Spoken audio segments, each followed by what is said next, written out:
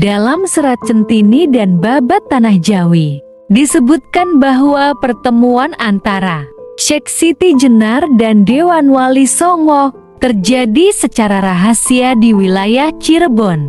Para wali yang terdiri dari tokoh-tokoh besar seperti Sunan Kalijaga, Sunan Giri, Sunan Kudus, hingga Sunan Bonang berkumpul untuk membahas ajaran kontroversial Syekh Siti Jenar yang mulai menyebar luas di tengah masyarakat.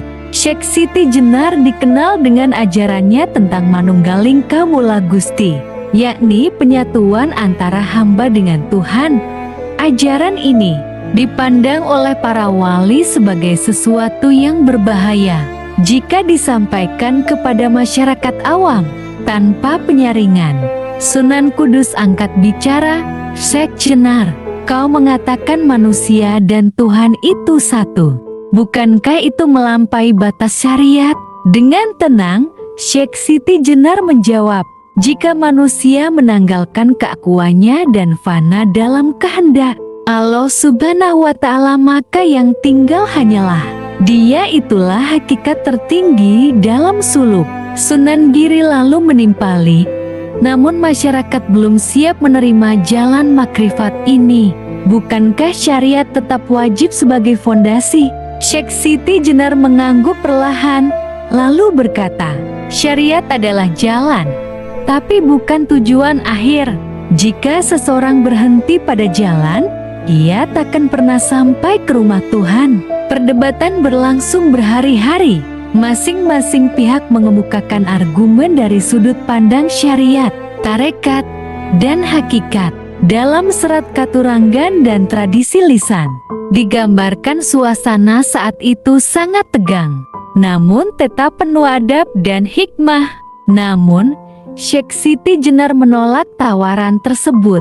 Ia bersikeras bahwa kebenaran harus dibuka untuk siapapun yang mencarinya, tanpa dibatasi oleh status sosial atau tingkat keilmuan.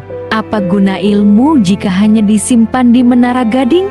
Biarkan yang lapar mencicipi meskipun belum mahir makan," ujarnya dalam pertemuan terakhir. Beberapa versi menyebut bahwa ia dieksekusi secara fisik, namun versi lain mengatakan bahwa ia meninggal secara rohani, yaitu dengan melepas raganya sendiri dan fana di hadapan Allah Subhanahu wa Ta'ala. Sebelum ajalnya, ia berkata di depan para wali dan ratusan muridnya, "Yang kalian hukum bukan aku, tetapi tubuhku. Jiwaku telah pulang bahkan sebelum kalian mengundangku ke sini." Konon, setelah itu jasadnya lenyap, hanya meninggalkan pakaian dan wangi semerbak. Peristiwa itu mengguncang banyak orang, sebagian muridnya menangis, sebagian pergi menyebarkan ajaran gurunya ke penjuru tanah Jawa. Ajaran Syekh Siti Jenar tetap hidup dalam dunia spiritual Jawa.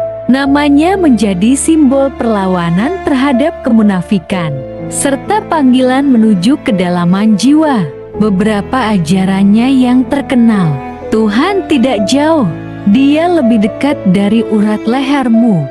Sujud bukan hanya di sajadah, tapi juga di hati yang tunduk total.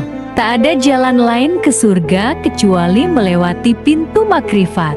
Hingga kini, makam Syekh Siti Jenar diyakini berada di beberapa tempat seperti Cirebon dan Banyumas, sebagai simbol bahwa ia telah menjadi milik seluruh rakyat Jawa, bukan satu wilayah saja. Bersambung di episode 4.